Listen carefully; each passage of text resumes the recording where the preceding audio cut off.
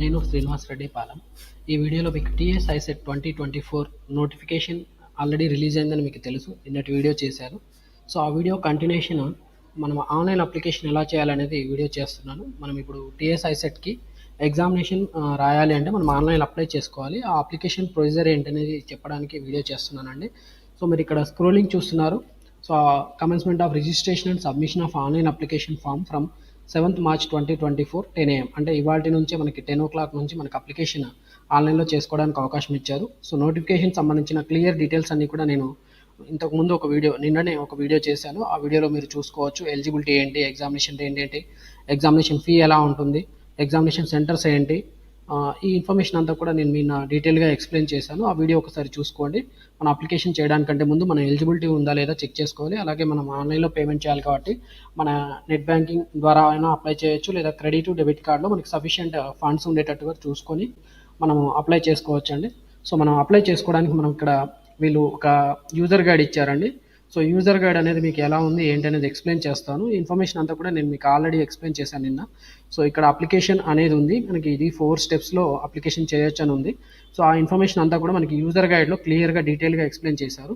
So దాన్ని మీకు అయ్యే విధంగా నేను ఎక్స్ప్లెయిన్ చేస్తానండి. సో మనం ముందుగా యూజర్ గైడ్ క్లిక్ చేయాల్సి ఉంటుందండి. యూజర్ గైడ్ ఓపెన్ అయింది చూడండి. ఇక్కడ user guide to fill online application fee payment and application form for TS ICET 2024. So ఇలా ఇచ్చారండి. సో దీన్ని మనం ఎలా ఫిల్ చేయాలి ఏంటనేది క్లియర్గా చెక్ చేసుకుంటూ వెళ్ళిపోదాం. సో ముందుగా మనం ఆన్లైన్లో పేమెంట్ చేయాలంటే మనకి క్రెడిట్ కార్డు డెబిట్ కార్డ్స్ ఉండాలి కాబట్టి, లేదా నెట్ బ్యాంకింగ్ అనేది ఉండాలి. లేని పక్షంలో మనం టీఎస్ ఆన్లైన్ లేదా ఏపీ ఆన్లైన్ సెంటర్స్ ద్వారా మనం అప్లై చేసుకోవచ్చు. ఈ ఎగ్జామ్ అనేది మెయిన్లీ తెలంగాణ ఆంధ్రప్రదేశ్ వాళ్ళు లోకల్ అవుతారండి, మిగతా వాళ్ళు నాన్ లోకల్ అవుతారు. సో వాళ్ళ ఎలిజిబిలిటీ చెక్ చేసుకొని వాళ్ళు ఫీ పేమెంట్ చేసే ముందు ఆలోచించుకొని ఫీ పేమెంట్ చేయమని నేను రిక్వెస్ట్ చేస్తున్నానండి. సో మీకు ఇక్కడ qualifying exam hall ticket number, తర్వాత మీ దగ్గర ఇన్ఫర్మేషన్ ఉంచుకోవాలండి. మనం అప్లై చేయాలంటే ముందుగా మనం qualifying exam hall ticket number అంటే బీఎస్సీ, బీఏ, బీకామ్, బీటెక్ ఏదైనా ఒక గ్రాడ్యుయేషన్ హాల్ టికెట్ నెంబర్ అంటే లాస్ట్గా మీరు ఏం చదివారో దాని hall ticket number, degree hall ticket number మీ దగ్గర ఉంచుకోవాల్సి ఉంటుంది. మీరు అప్లై చేసేటప్పుడు ఇది ఫిల్ చేయాలి. తర్వాత మీ టెస్ట్ మీరు ఏది అప్లై చేయాలనుకుంటున్నారు, ఎంబీఏకా ఎంసీఏకా ఏదనేది కూడా మీరు ఇక్కడ డిసైడ్ చేసుకోవాలి. మీ డేట్ ఆఫ్ బర్త్ అండి. డేట్ ఆఫ్ బర్త్ మీకు 10th క్లాస్ మెమోలో ఉన్నట్టు లేదా ఈక్వలెంట్ సర్టిఫికేట్ ఏది ఉంటే దాని ప్రకారం, అంటే ఎస్ఎస్సి లేదా CBSE, ICSE even 10th class చదివిన వాళ్ళందరికీ ఈ మెమోలో డేట్ ఆఫ్ బర్త్ అనేది ఉంటుంది. దాన్ని చూసుకొని వాళ్ళు అప్లై చేసుకోవాలి. దాంట్లో ప్లేస్ ఆఫ్ బర్త్ డిస్టిక్ కూడా ఉంటే ఒకవేళ అది కూడా ఎంటర్ చేయండి. మీ దగ్గర ఎంటర్ చేయడానికి రెడీగా ఉంచుకోవాలి. మీ లోకల్ స్టేటస్ అనేది ఒకవేళ మీరు స్టడీ సర్టిఫికేట్స్ రూపంలో మీరు ప్రొవైడ్ చేయలేకపోతే మీరు లోకల్ క్యాండిడేట్ సర్టిఫికేట్ అనేది ఎంఆర్ఓ దారి నుంచే తీసుకొని దాన్ని మీరు ప్రొవైడ్ చేయాల్సి ఉంటుంది. Income of parents for this purpose మీ దగ్గర ఇన్కమ్ సర్టిఫికేట్ ఎంఆర్ఓ దగ్గర నుంచి ఇష్యూ చేయబడింది మీ దగ్గర రెడీగా ఉంచుకోవాలి. Category SC, ST, BC and caste certificate numbers ఈ ఇన్ఫర్మేషన్ కూడా మీరు రాసుకొని ఉంచుకోవాలి. ఎందుకంటే ఇవన్నీ కూడా మనం ఆన్లైన్లో అప్లికేషన్ ఫిల్ చేస్తున్నప్పుడు ప్రతిసారి కూడా ఈ ఇన్ఫర్మేషన్ మనం ఎంటర్ చేయాల్సి ఉంటుంది. కాబట్టి ముందే రాసుకొని ఉంటే మనకి తొందరగా పని అయిపోతుందండి. అలాగే స్పెషల్ కేటగిరీ మీకు ఏమైనా ఎన్సీసీ, పిహెచ్, స్పోర్ట్స్, గేమ్స్, లేకపోతే children of armed personal, Anglo Indian ఈ పర్టికులర్ కేటగిరీకి సంబంధించిన రిజర్వేషన్ ద్వారా మీరు సీట్ పొందాలనుకుంటే మీరు ఆ సర్టిఫికేట్స్ కాంపిటెంట్ అథారిటీ ద్వారా మీరు సబ్మిట్ చేయాల్సి ఉంటుంది. అది కౌన్సిలింగ్ టైంలో వెరిఫై చేస్తారు. అలాగే మీ దగ్గర మీరు పిహెచ్ క్యాండిడేట్ అయితే లేదా డిఫరెంట్లీ ఏబుల్డ్ పర్సన్ అయితే మీ దగ్గర సదరం సర్టిఫికేట్ కూడా ఉండాలి. ఆ నెంబర్ కూడా మీరు ఎంటర్ చేయాల్సి ఉంటుంది. So payment of registration fee ఎలా చేయాలి అంటే 2 రకాలుగా చేయొచ్చు. ఆన్లైన్ టీఎస్ ఆన్లైన్ లేదా ఏపీ ఆన్లైన్ సెంటర్స్ ద్వారా, లేదా debit card, credit, net banking ద్వారా కూడా మనం చేసుకోవచ్చు. సో మనము అప్లై చేయాలంటే మనకి ఇన్ఫర్మేషన్ రెడీగా ఉంచుకోవాలండి. Name of the board, qualifying exam hall ticket number, candidate's name, father name, mother name, date of birth, candidate, student's mobile number. So ఇక్కడ క్వాలిఫైయింగ్ హాల్ టికెట్ నెంబర్ అనేది మన డిగ్రీ హాల్ టికెట్ నెంబర్ అవుతుందండి. Okay, once మనము payment చేసిన తర్వాత మనకు ఒక transaction ID వస్తుంది, అది ఇక్కడ చెప్పారు మీకు. సో ఆ ట్రాన్సాక్షన్ ఐడి సక్సెస్ఫుల్ అయిందా లేదా కూడా మనం చెక్ చేసుకోవాల్సిన అవసరం ఉంటుంది. లేకపోతే మనకి ఒకవేళ ట్రాన్సాక్షన్ ఐడి ఫెయిల్ అయిపోయి మనము అప్లికేషన్ చేయాలంటే మనం చేయలేము. ఒకవేళ పేమెంట్ డిడక్ట్ అయ్యి కూడా మనకి పేమెంట్ రిఫరెన్స్ ఐడి లేదా ట్రాన్సాక్షన్ ఐడి రాకపోతే మనం సింపుల్గా చెప్పాలి అంటే మనం అప్లై చేసుకునే అవకాశం ఉండదండి. ఇక్కడ ట్రాన్సాక్షన్ ఐడి అనేది మీకు TS online, AP online centres వాళ్ళు ఇస్తారు అప్లై చేసినప్పుడు. సో ఇక్కడ మీకు పేమెంట్ రిఫరెన్స్ ఐడి మీరు సొంతంగా పే చేసినప్పుడు మీకు ఈ పేమెంట్ రిఫరెన్స్ ఐడి అనేది జనరేట్ అవుతుందండి. ఓకే, మీకు ఆఫ్టర్ ఇప్పుడు పేమెంట్ ఎలా చేయాలనేది ఫస్ట్ చూద్దామండి. First step online application form filling procedure అని ఇచ్చారు. టీఎస్ ఐసెట్ ఫీ పేమెంట్ మనం ఎలా చేయాలి. ఫస్ట్ ఇక్కడ మనం వెబ్సైట్ ఓపెన్ చేయగానే మనకి అప్లికేషన్ ఫీ పేమెంట్ అని ఉందండి. ఈ లింక్ క్లిక్ చేయాల్సి ఉంటుంది. So application fee payment link మనకి క్లిక్ చేయడానికి ఇక్కడ మనం ఇలా చేయాలని చెప్తున్నారు. ఓకే, లింక్ క్లిక్ చేసిన తర్వాత మనకి ఇలా ఇన్స్ట్రక్షన్స్ వస్తాయండి. మనం ఇన్స్ట్రక్షన్స్ అన్ని తరోగా చెక్ చేసుకోవాలి. అంటే ఐసెట్కి సంబంధించిన ఇన్స్ట్రక్షన్స్ లేదా పేమెంట్కి సంబంధించిన ఇన్స్ట్రక్షన్స్ ఇస్తారండి. సో అవన్నీ మనం ఒకసారి చూసుకున్న తర్వాత మనం కంటిన్యూ అని క్లిక్ చేస్తే మనకి ఇలా ఫామ్ ఓపెన్ అవుతుందండి.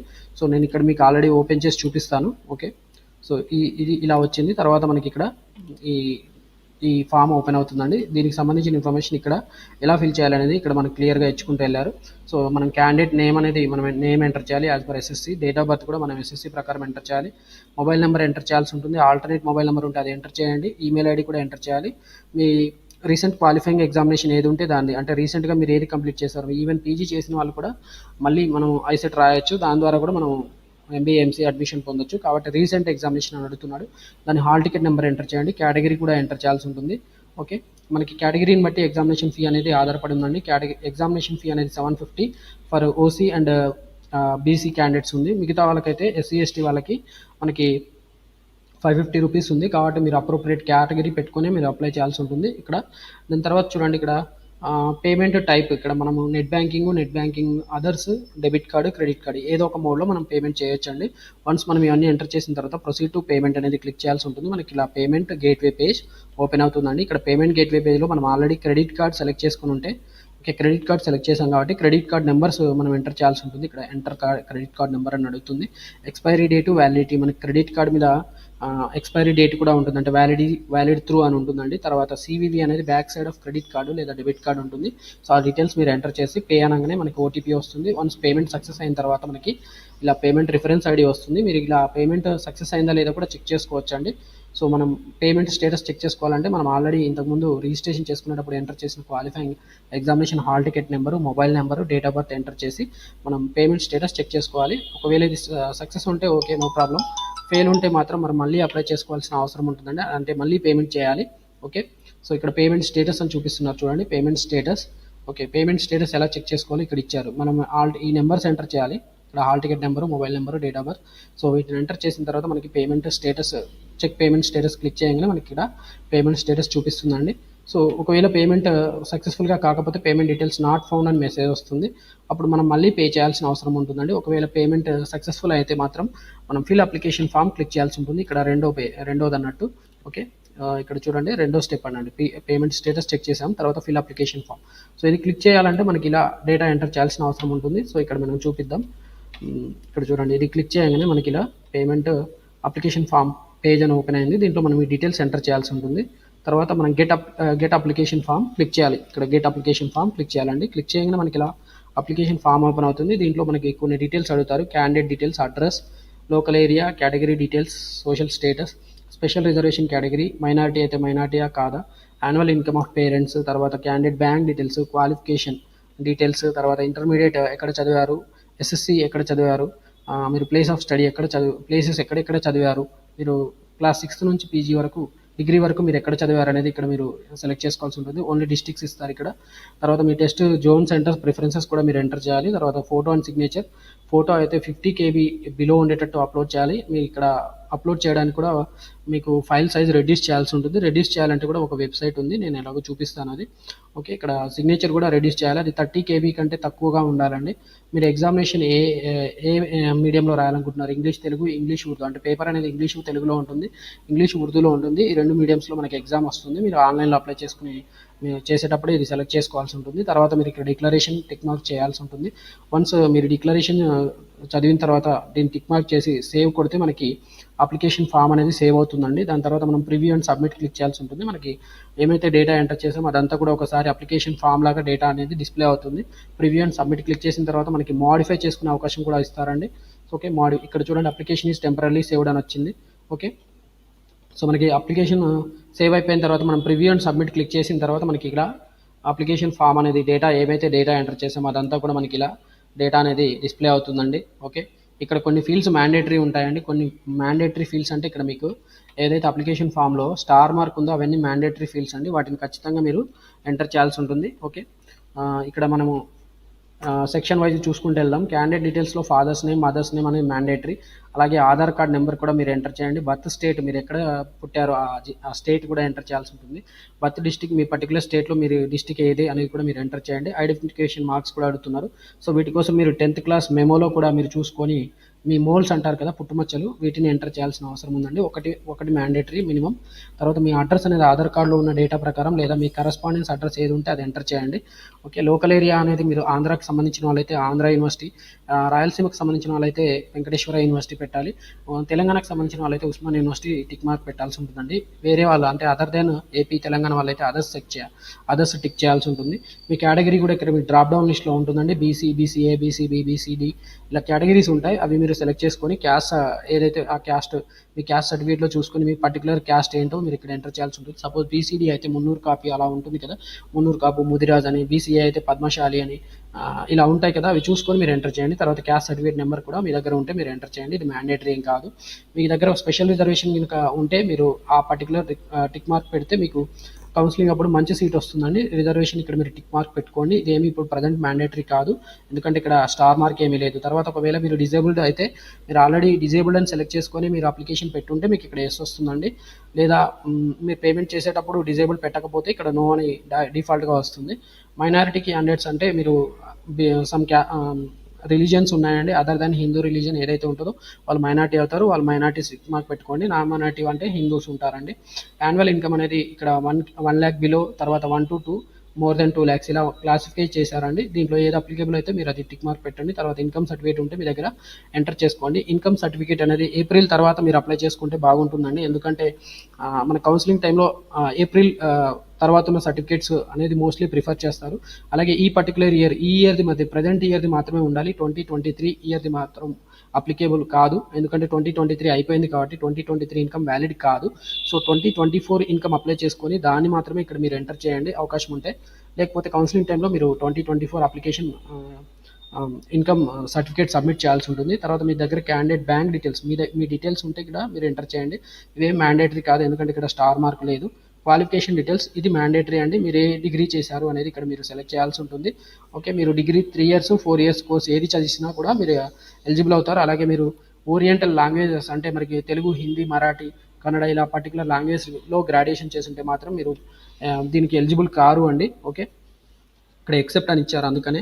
తర్వాత మీరు యూనివర్సిటీ ఎక్కడ చదివారు, మీరు డిగ్రీ ఏ యూనివర్సిటీలో చదివారు, కాలేజ్ నేమ్ ఏంటి, అది అర్బనా, రూరలా, తర్వాత hall ticket number, year of passing లేదా అపియరింగ్, పర్సంటేజ్, తర్వాత మీరు మేజర్గా డిగ్రీలో ఏ సబ్జెక్ట్స్ చదివారు అవన్నీ కూడా మీరు ఇక్కడ ఎంటర్ చేయాల్సిన అవసరం ఉంటుంది.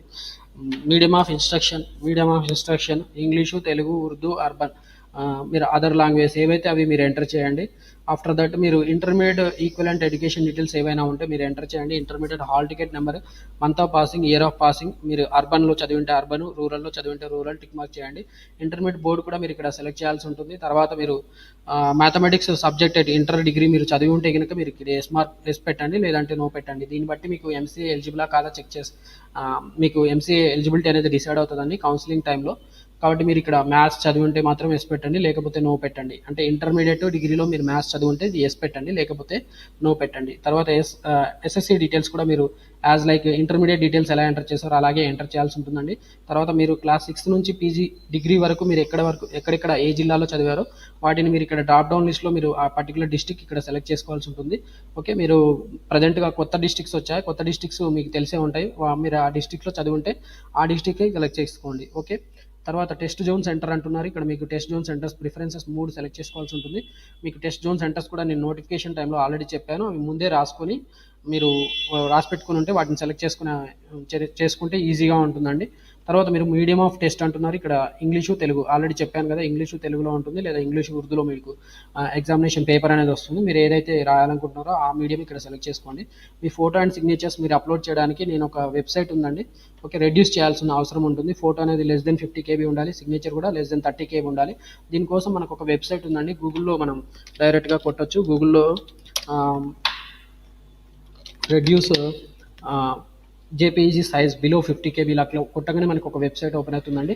మంచి వెబ్సైట్ కంప్రెస్ jpg.net అనే ఈ వెబ్సైట్లో మీరు మీ ఫోటోని ఎంత సైజుకు రెడ్యూస్ చేయాలనుకుంటున్నారో ఇక్కడ మీరు ఎంటర్ చేయాల్సిన అవసరం ఉంటుంది. తర్వాత మీరు ఫైల్ చూజ్ చేసుకోవాలి. ఓకే, ఫైల్ చూజ్ చేసుకున్న తర్వాత మీరు కంప్రెస్ అని క్లిక్ చేయాల్సి ఉంటుందండి. కంప్రెస్ క్లిక్ చేయగానే మనకి ఇలా సైజ్ రెడ్యూస్ అయ్యి కనిపిస్తుందండి. మీరు దీన్ని అప్రోప్రియేట్గా మీరు ఇక్కడ సైజ్ సెట్ చేసుకోవాలి. ఫైల్ సైజ్ హెవీగా ఉన్నా కూడా ఫైల్ సైజును తగ్గించుకోవచ్చు. మంచి వెబ్సైట్ అండి. ప్రస్తుతానికి అది ఇది ఫైల్ సైజు తగ్గలేదు, కాకపోతే మీరు కంప్రెస్ చేసే విధానాన్ని బట్టి అది తగ్గిపోతుంది. ఓకే, నేను ఇక్కడ ప్రజెంట్ ఫైల్ సైజ్ ఇలా పెట్టాను. ఇప్పుడు కంప్రెస్ అన్నాను చూడండి, 180కి వచ్చింది. అంటే ఇలా తగ్గించుకోవచ్చు అండి. వెబ్సైట్ ఉంది, మీరు మాత్రం ఫైల్ సైజ్ అనేది లెస్ దెన్ 50 KB అలాగే 30 KB రెండింటికి కూడా డిఫరెంట్గా మీరు తగ్గించుకోవాల్సి ఉంటుంది. ఆఫ్టర్ ద డిక్లరేషన్ క్లిక్ చేయమని చెప్పాను. సేవ్ అండ్ ప్రివ్యూ ఇవి రెండు కూడా ఎక్స్ప్లెయిన్ చేశానండి ఆల్రెడీ. సేవ్ చేసిన తర్వాత మనకి ప్రివ్యూ అండ్ సబ్మిట్ క్లిక్ చేస్తే మనకి అప్లికేషన్ ఫామ్ అనేది డిస్ప్లే అవుతుంది. దాంట్లో మోడిఫికేషన్స్ ఏమైనా ఉంటే మనం మోడిఫై కూడా చేసుకోవచ్చు. సో ఇలా డిస్ప్లే అవుతుంది అప్లికేషన్ ఫామ్. మీరు మోడిఫై చేసుకున్న తర్వాత మీకు ఇలా అప్లికేషన్ ఫైనల్గా మోడిఫై చేసి సబ్మిట్ కొట్టిన తర్వాత మనకి అప్లికేషన్ నెంబర్ వస్తుంది. దీన్ని అప్లికేషన్ ప్రింట్ క్లిక్ చేయగానే మనకి ఇలా అప్లికేషన్ ఫామ్ అనేది ఓపెన్ అవుతుందండి. చూడండి, ఇలా అప్లికేషన్ ఫామ్ ఓపెన్ అవుతుంది. సో దీన్ని ప్రింట్ చేసుకోవచ్చు. ఫైనల్గా ఒక స్టెప్ ఉందండి, print your filled application form అని ఉంది. ఇది కూడా క్లిక్ చేసి మనం మళ్ళీ కూడా ఫ్యూచర్లో అప్లికేషన్ డీటెయిల్స్ తెచ్చుకొని మనం ప్రింట్ చేసుకోవచ్చు. సో ఇలా ఈ నెంబర్స్ ఎంటర్ చేయాల్సి ఉంటుందండి. Registration number, payment reference ID, qualifying examination hall ticket number, mobile number, date of birth ఇవి ఎంటర్ చేయాల్సిన అవసరం ఉంటుంది. సో ఇలా ఎంటర్ చేసేయగానే మనకి అప్లికేషన్ ఫామ్ ఓపెన్ అవుతుందండి. సో ఈ రకంగా మనము టీఎస్ ఐసెట్ సంబంధించిన 2024 అప్లికేషన్ మనము చేసుకోవచ్చు. మీకు ఏమైనా డౌట్స్ ఉంటే మీరు నా మొబైల్ నెంబర్ చెప్తాను, 9866385288. ఈ మొబైల్ నెంబర్ లేదా వాట్సాప్ నెంబర్ కి మీరు కాంటాక్ట్ అయ్యి మీ డౌట్స్ మీరు క్లియర్ చేసుకోవచ్చు. మీకు ఏమైనా ప్రాబ్లం ఉంటే కూడా నేను హెల్ప్ చేస్తాను. ఒక స్మాల్ రిక్వెస్ట్ అండి, వీడియో నేను చేశాను. సో అలాగే మీకు యూస్ఫుల్ ఇన్ఫర్మేషన్ అనిపిస్తే మీరు నా ఛానల్ని సబ్స్క్రైబ్ చేయండి. అలాగే ఈ పర్టికులర్ వీడియోని లైక్ చేయండి. అలాగే మిగతా వాళ్ళకు కూడా షేర్ చేయండి. సో దట్ వాళ్ళు కూడా ఈ అప్లికేషన్ ప్రాసెస్ అనేది ఎలా చేయాలి ఏంటనేది వాళ్ళకి అర్థమవుతుంది. సొంతంగా ఇంట్లోనే చేసుకోవచ్చు అండి. మీ సేవ ఆన్లైన్ సెంటర్స్కి వెళ్తే మనకి అప్రోప్రియేట్గా 100 to 200 రూపీస్ ఎక్స్ట్రా ఛార్జ్ చేస్తారు. సో డబ్బు అనేది చాలా విలువైనది కాబట్టి ఈ వీడియో చూసి మీరు ఇంట్లో కంప్యూటర్ ఉంటే మీరు అప్లై చేసుకుంటారని ఆశిస్తున్నాను. Thank you for watching this video. Wish you all the best for your TS ICET application.